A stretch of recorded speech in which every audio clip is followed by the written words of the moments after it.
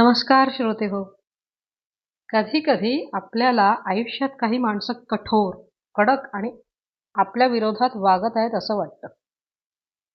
पण त्यांच्या त्या वागण्यामागे प्रेम, काळजी आणि त्यागाचा अथांग सागर दडलेला असतो. आजची कथा आहे अशाच एका काकूंची, जिची माया शब्दात कधी व्यक्त झालीच नाही. पण तिच्या प्रत्येक कृतीतून ती सतत वाहत राहिली. ऐका, मनाला स्पर्श करणारी कथा. काकूंची अव्यक्त माया.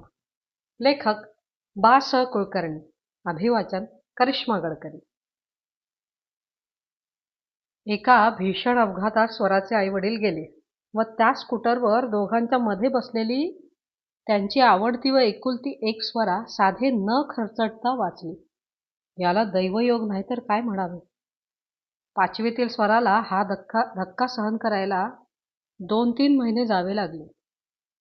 तिच्या आईच्या माहेरचे कुणीही नव्हते. तिला समज येण्या अगोदरच एका मागोमाग एक आजी आजोबाही वारले होते. आता स्वरा अनाथ झाली होती. अशात तिची काकू तिला सांभाळण्यासाठी तयार झाली. काकूंनाही 2 मुलीच. जाई स्वरापेक्षा 1 वर्ष लहान तर जुई 3 वर्षे लहान. दिसायला त्या दोन्ही बहिणी नावाप्रमाणे सुरेख, नाजूक व स्वरापेक्षा वरचढच होत्या. त्या मानाने सावळ्या स्वराची शरीरयष्टी मजबूत होती. हळूहळू 3-4 महिन्यात स्वरा यांच्या घरी रुळू लागली. तिच्या काकूंचा स्वभाव फार फटकळ व स्पष्ट वक्ता. तिला एखाद्याची गोष्ट पटली नाही तर त्याच्या अगदी तोंडावरही बोलणार. मुलींकडूनही कुठली चूक घडली तर ती स्वरावरच काय पण तिच्या मुलींवरही ओरडायची. विशेषतः स्वरावर ओरडताना तिची जीभ जास्त धारदार व्हायची. काकूंच्या 2 मुलींसोबत स्वरा ही काकूंना आई म्हणून हाक मारायला लागली.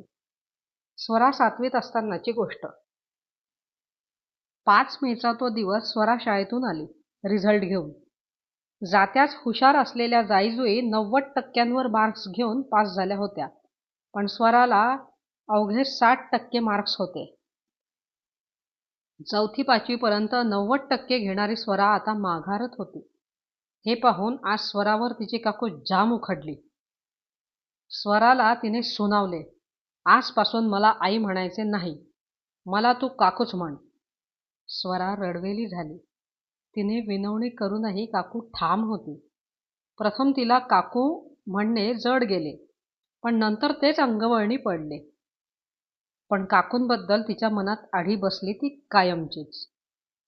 स्वयंपाकघरातील प्रत्येक कामात काकूंनी तिघींनाही ट्रेंड बनवली. कलागुणांना वाव द्यायला पण काकू सतत अग्रेसर होती. जाईचा गळा छान होता, तिला गाण्याचा क्लास, तर जुईला तिने हार्मोनियमचा क्लास लावून दिला होता. पण स्वराला तिने सरळ कराटे क्लासमध्ये घातले. निमित्त झाले तिच्या कंपास चोरी होण्याचे. वर्गातून तिचा कंपास चोरी झाला.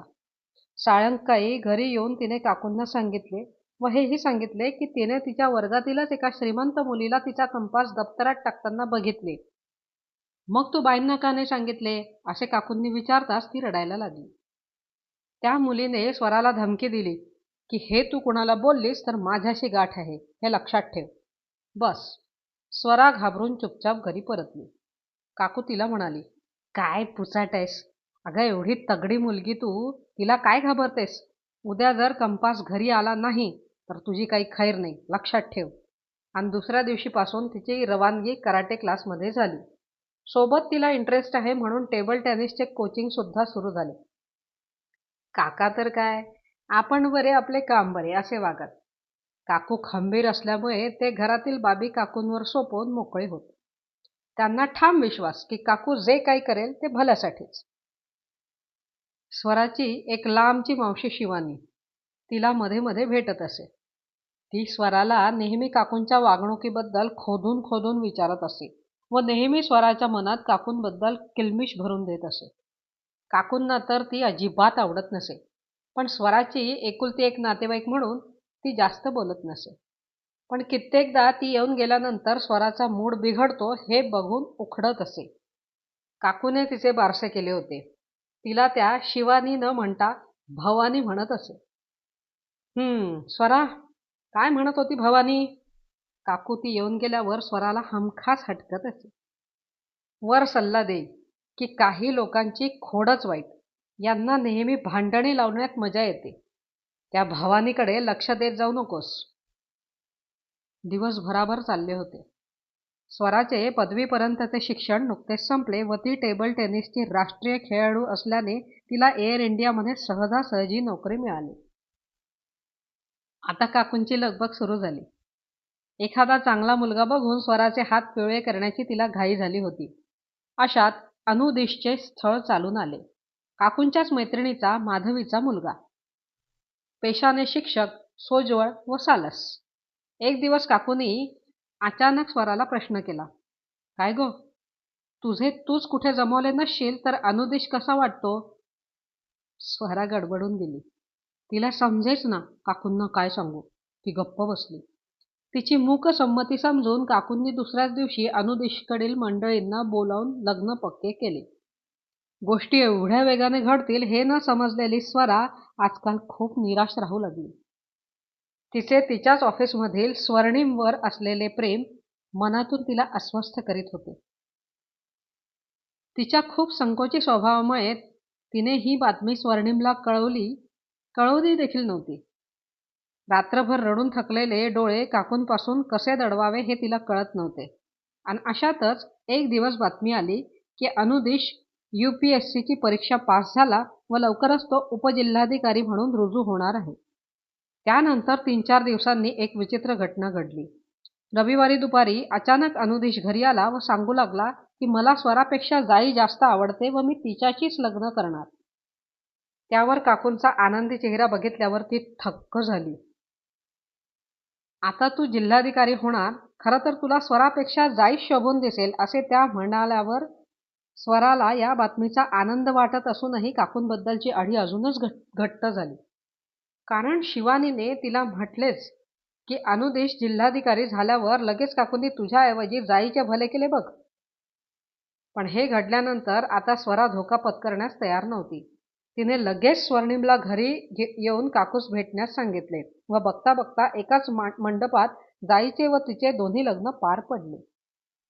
लग्नात वरातीच्या निरोपाला काकू स्वराला मिठीत घेऊन रडताना सुद्धा शिवानी स्वराच्या कानाशी पुटपुटली. बघ, आपल्या सख्ख्या मुलीचे भले करून ही बाई मगरीचे अश्रू ढाळतीये. त्यामुळे असेल, पण स्वराने कोरडेपणानेच काकूंचा निरोप घेतला. लग्नानंतर 10 महिने भराभर गेले. आताशा काकूंचा फोन आला तरी ती जेवढ्याच तेवढे बोले. मागील 1 महिन्यात काकूंची तब्येत बरी नव्हती. अशातच एक दिवस काकांचा फोन आला. काकूंना किडनीचा प्रॉब्लेम डिटेक्ट झालाय. तब्येत सिरियस आहे. उद्या तातडीने ऑपरेशन करणार आहे. काकू तुझी खूप आठवण काढत आहे. तू नक्की ये. थोड्या अनमन्या भावनेने पण कर्तव्य म्हणून ती दुसऱ्या दिवशी भेटायला गेली. काकूला तेव्हा ऑपरेशन रूममध्ये घेतले होते. काका व जाईजुई बाहेर बसले होते. ऑपरेशन नंतर डॉक्टर म्हणाले, खूप मेजर ऑपरेशन होते. आम्ही पूर्ण प्रयत्न केला, पण पुढील 48 तास कठीण आहे. त्यानंतरच काय ते समजेल. पहिला दिवस तर हॉस्पिटलमध्ये खूप धावपळीत गेला. दुसऱ्या दिवशी काकूंची तब्येत थोडी बरी होती. काका म्हणाले, स्वरा, काकूंना 1 महिन्यापूर्वीपासून जेव्हा या जीवघेण्या आजाराबद्दल कळल्यापासून ती एकच टुमणे लावून होती. स्वराला बोलवा. मला तिची आठवण येते व तिच्याशी बोलायचे. पण तिला टेबलवर घेईपर्यंत तू आली नाहीस. तेव्हा आज जाताना तिने मला सांगितले की माझे काय होणार मला ठाऊक नाही, पण एकदा स्वराला माझी रोजनिशी नक्की वाचायला द्या व तिला सांगा काकूंनी जाता जाता तुझी क्षमा मागितली. आज काकूंची तब्येत जरा बरी वाटते. तुम्ही बहिणी आज घरीच आराम करा. मी इथे दवाखान्यात थांबतो. काकांनी तिला सांगितले की माझ्या टेबलच्या ड्रॉवरमध्ये ती डायरी आहे, नक्की वाच.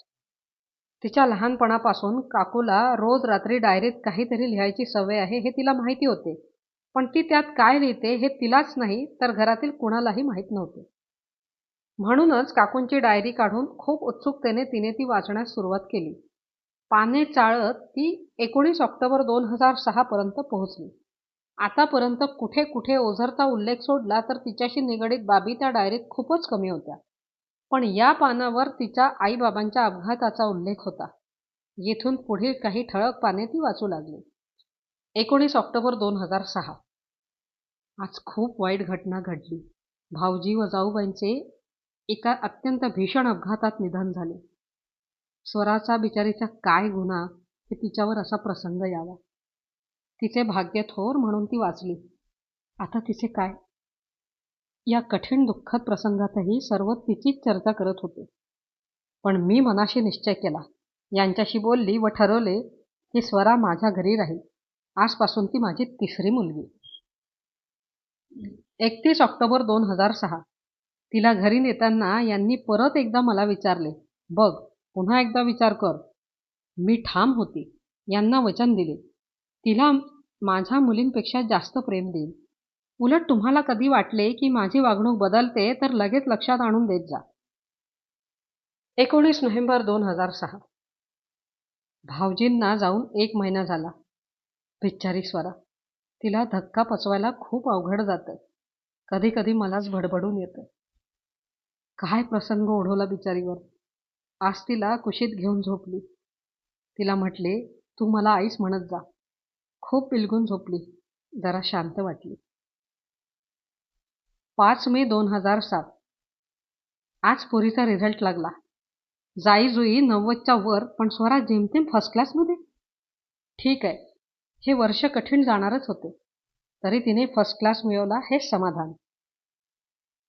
19 ऑक्टोबर 2007. स्वराची काळजी वाटते. मुळीच अभ्यास करत नाही. काय बोलू तिला? खूप वाईट वाटेल. आज ती शिवानी कसली? भवानीच ती आली होती म्हणे. किती हुशार होती स्वरा. आता पहा कशी माघारते अभ्यासात. कामे करावी लागत असणार दिवसभर तुला. मग थकल्यावर काय अभ्यास होणार? स्वराला म्हणत होती. आता तिला कसे सांगणार? बाई ग, तिलाच नाही तर माझ्या मुलींनाही सवय लावते कामांची.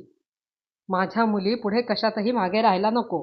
आणि हो, कामांची सवय तर असायलाच हवी. मग कुणी काहीही म्हणो. गेली भवानी उडत. 5 मे 2007. आज 7वीतही पुन्हा स्वराला जेमतेम फर्स्ट क्लास मिळाला. मुलगी खरंच वाया जाते का? लोक काय म्हणतील? खरे तर हुशार आहे मुलगी, पण माझ्या प्रेमामुळे वाया जाते का? मला तिला जास्त बोलायला बरे वाटत नाही. जाऊबाईंचा चेहरा नजरेसमोर येतो. रागवली तर ती भवानी हिचे डोके भरेल. पण तिच्या भवितव्याचा विचार मला करावाच लागेल. अन्यथा जाऊबाई मला क्षमा करणार नाही. आज तिला ठणकावून सांगितले, बाई ग, मला काकूच म्हणतो. एवढ्या मुलीची मी आई होणार नाही. तिला हे अपमानास्पद वाटले तर ती सुधारेल तरी. मला माहिती आहे, स्वरा हे मनाला लावून घेणार. पण ती जिद्देल आहे. ठरवेल ते करेलच. तिच्या भल्यासाठी मला वाईटपणा घ्यायला हरकत नाही.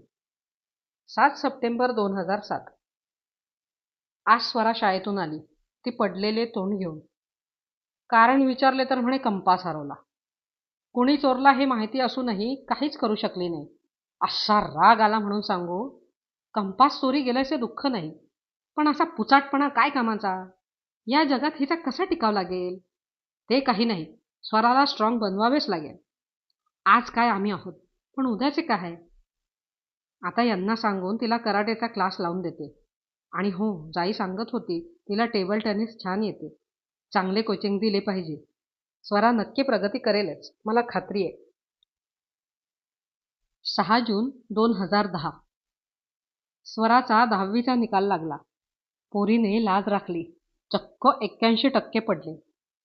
मी तिला आई म्हणू नकोस असे सांगितल्याचा फायदा झालेला दिसला. मन सारखे तुटत होते.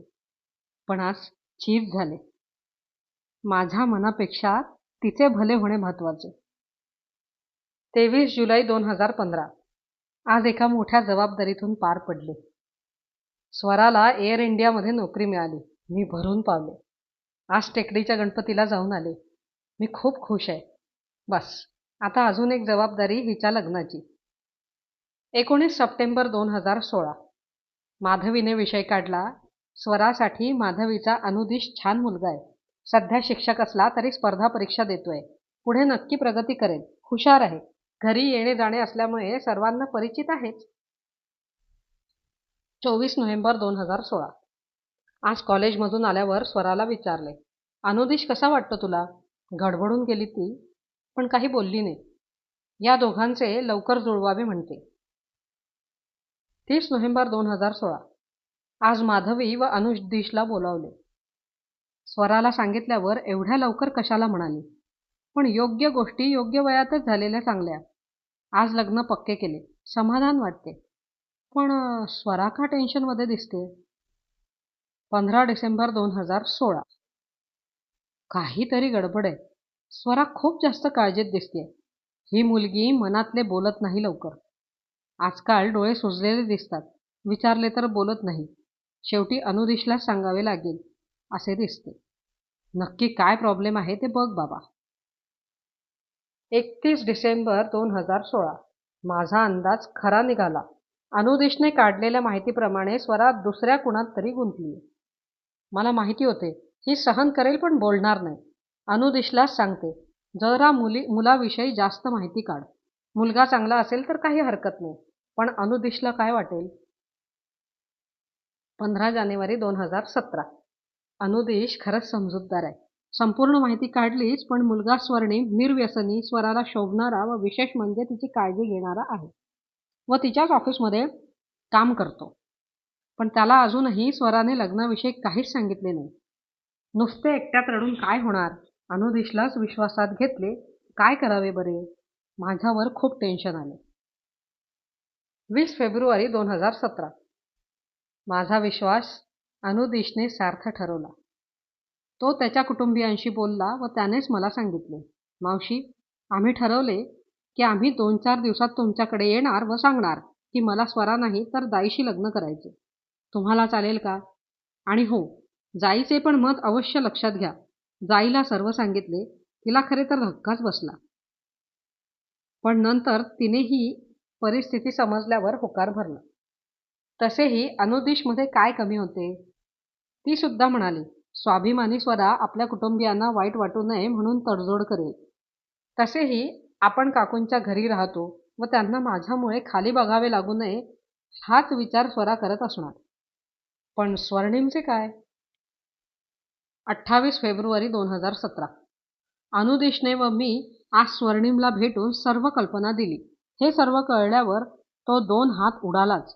म्हणाला, स्वरा या 1 महिन्यात खूप दडपणाखाली आहे असे वाटत होते, पण तिला विचारले तर ती म्हणाली काहीच नाही.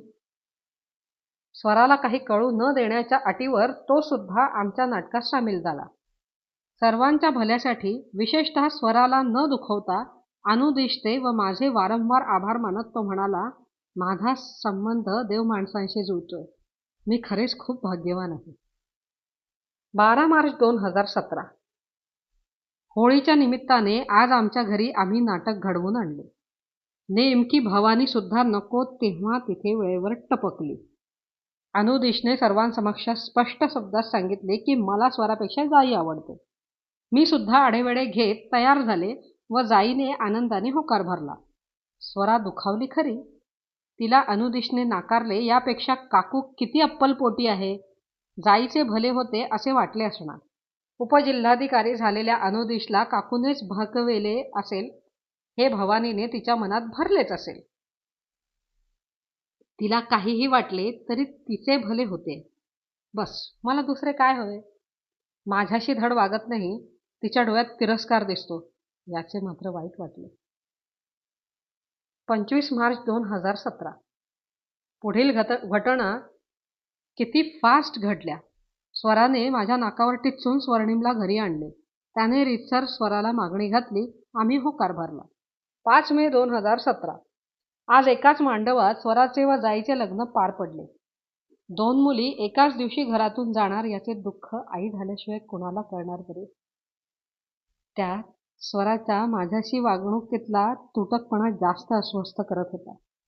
खरे तर मी माझे वचन पूर्ण केले याचा आनंद असूनही स्वराच्या स्पर्शातील कोरडेपणा मनाला चटका लावून जात होता. काय करू. 20 फेब्रुवारी 2018. काल डॉक्टरांनी एक किडनी काढावी लागेल हे सांगितल्यावर भीती वाटली.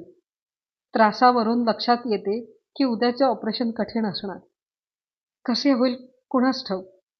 माझे काही बरे वाईट झाले तर स्वराच्या मनातला माझ्या बाबतीतला कडवटपणा तसाच राहील. कालपासून यांच्या मागे खूप लागले. म्हटले, स्वराला बोलावून घ्या. मला तिच्याशी बोलायचे आहे. तिच्या स्पर्शातील ओलावा आज जीवनाच्या या टप्प्यावर मला खूप हवासा वाटतो. निदान जाताना तरी तिने मला क्षमा करू देत. पोरगी अजून आली नाही.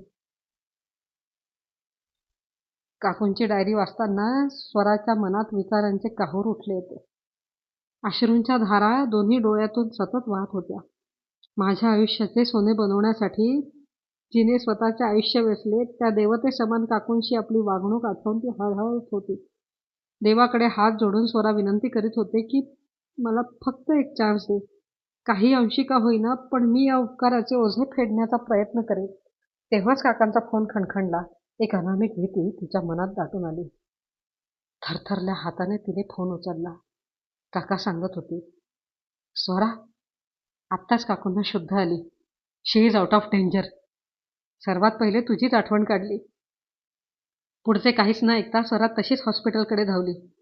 काकूंना स्वराने मारलेल्या मिठीतून स्वराच्या भावना व्यक्त होत होत्या. काकूंनाही स्वराच्या भावना स्पर्शातील ओलाव्यातूनच कळत होत्या.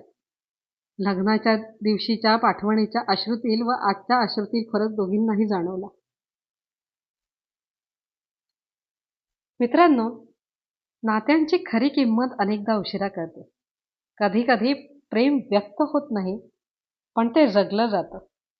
काकूंची अव्यक्त माया ही फक्त एका कुटुंबाची कथा नाही, तर प्रत्येक त्या व्यक्तीची गोष्ट आहे जी स्वतःचा आनंद बाजूला ठेवून आपल्या माणसांसाठी जगत असते.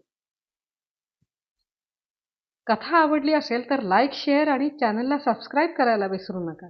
धन्यवाद.